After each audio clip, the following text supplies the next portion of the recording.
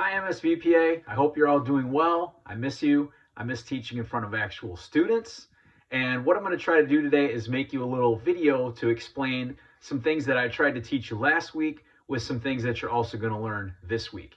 So let's get back to what we did last week. If you were with me for any of the things I posted last week, then you saw this pick of the week. And this pick of the week was slabs of salt. Salt's a very important commodity. It's been something that's been traded for hundreds or thousands of years, and it's important for several reasons. First, we know it's important because it flavors food, of course. But second of all, if you lived hundreds of years ago, it would have been important because it also preserved food. Before refrigeration, food would spoil very quickly, especially meat. So one way to keep it preserved was to pack it in salt, so it was a preservative. And a third thing that salt was important for was to keep someone hydrated. If you lived in a very hot climate, like many parts of Africa, you'd get dehydrated very quickly. So using salt was something that would allow you to keep moisture in the body.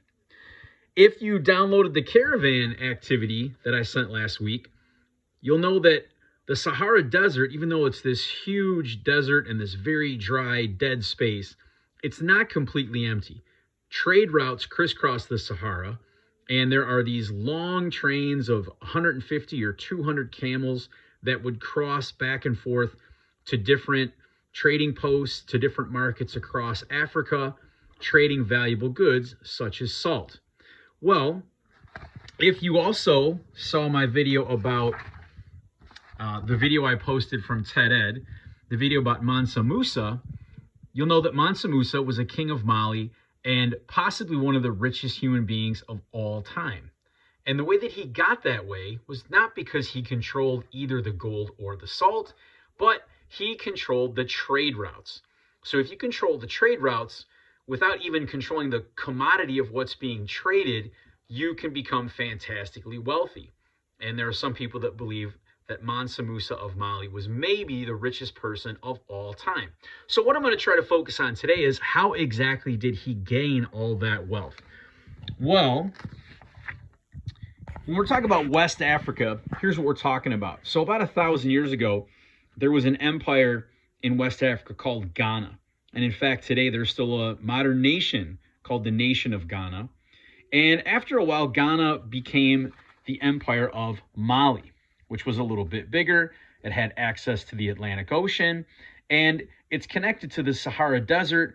And this is where a lot of those Saharan trade routes would conclude. And Mansa Musa, as king of Mali, took advantage of this trade and became fantastically rich. So if you look at this map here, you'll see that this is where Mali was located. So it's kind of like in the middle. And it's in the middle of, there's the Sahara, and these are these salt mines, where a lot of the salt that we saw last week would have been mined. And down here, this is called the Gold Coast. And the Gold Coast is called that because it's full of many valuable and profitable gold mines. So if you control the land that's between the salt mines and the gold mines, and you can control the trade, you can use that to become fantastically rich, as Mali and Mansa Musa did.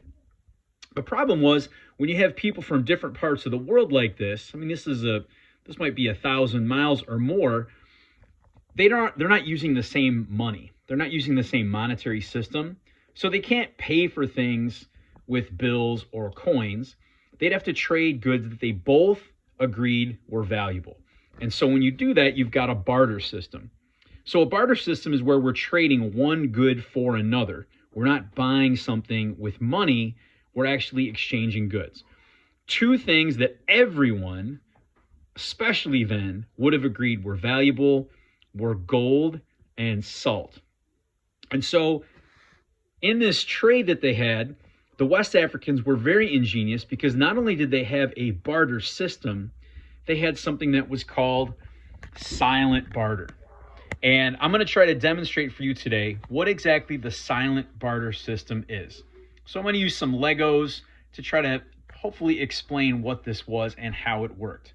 So first of all, you've got the people from North Africa, right? And so they've got all this salt that they have carried for hundreds or maybe thousands of miles across the North African desert, across the Sahara.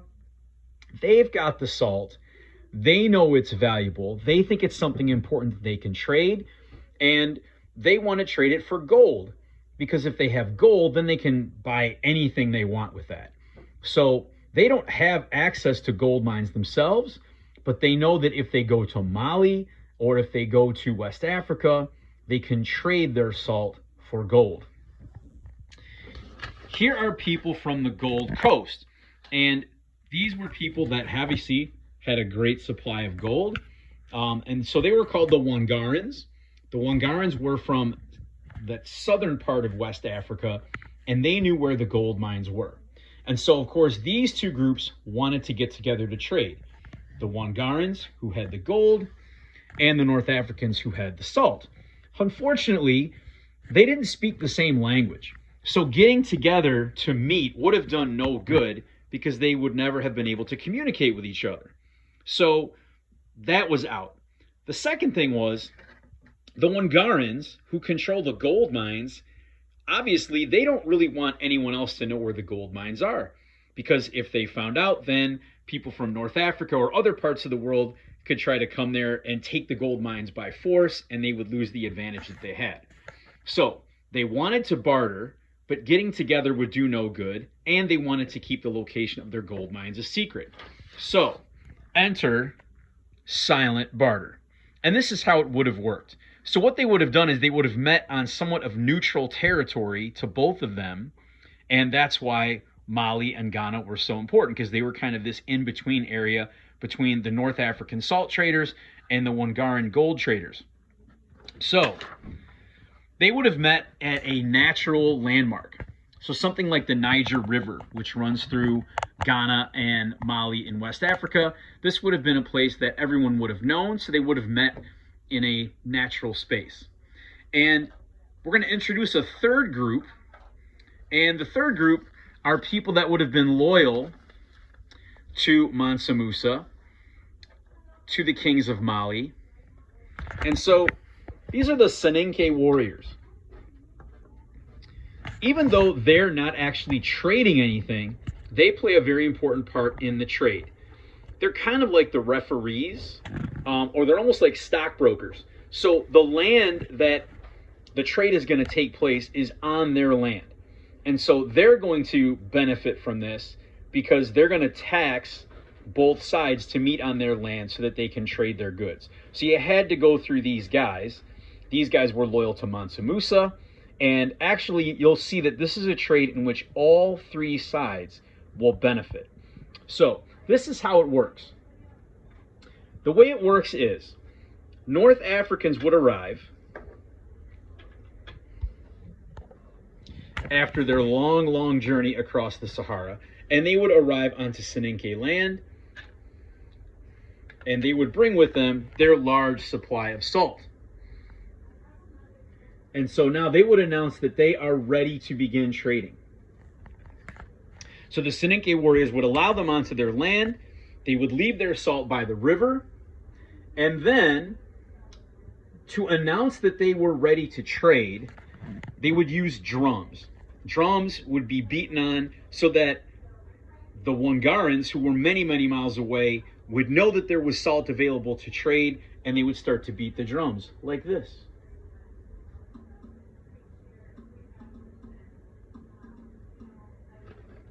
And so what would happen then, they would leave the salt, and then they would go many miles away. The Wangarans would hear the drums being beaten. They would arrive. Now, in order for them to participate in the trade, they have to pay a tax to the Soninke warriors. So they would take some of their gold.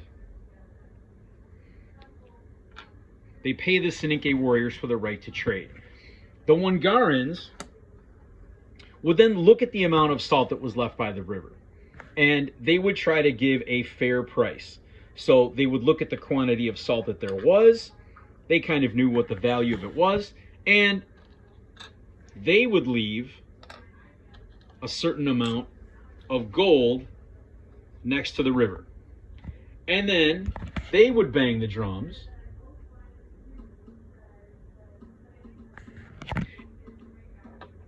And then they would retreat many miles away. Hearing the drums, the North Africans would come back. And they would look at the amount of gold that was left by the Wangarans. If they were satisfied, they would take the gold, leave the salt, bang the drums, and the trade was over. If they were not satisfied with the amount of gold that was left behind, then they would bang the drums again,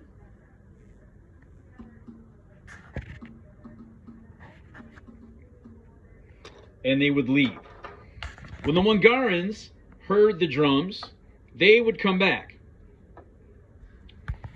If they saw that the salt was still there, and if they saw that the gold was still there, they would know that their offer was rejected. It was not enough. So they would either have to take their gold and go home and not get the salt, or they would have to leave more gold. So let's say they decided to up their offer. And so they now offer more. They bang the drums again.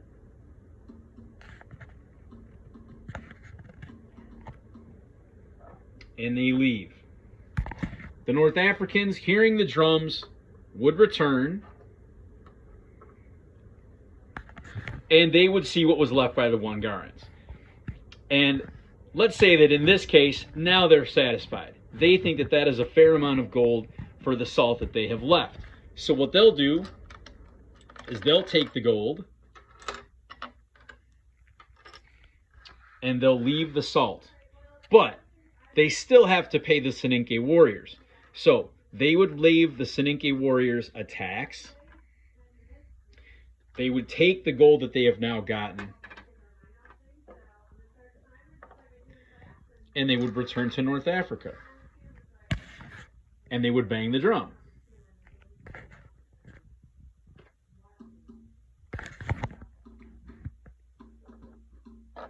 The Wangarans would return. They would see that their gold is gone. So if their gold is gone, they know that their offer has been accepted.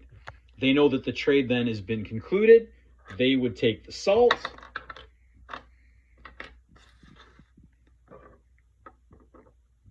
So the Wangarans ended up with what they wanted. They needed salt, and they got it through silent barter. The North Africans got what they wanted. They had salt to trade, and they wanted gold in return. And the Soninke warriors were also pleased because the trade went successfully. They didn't have to attack either side.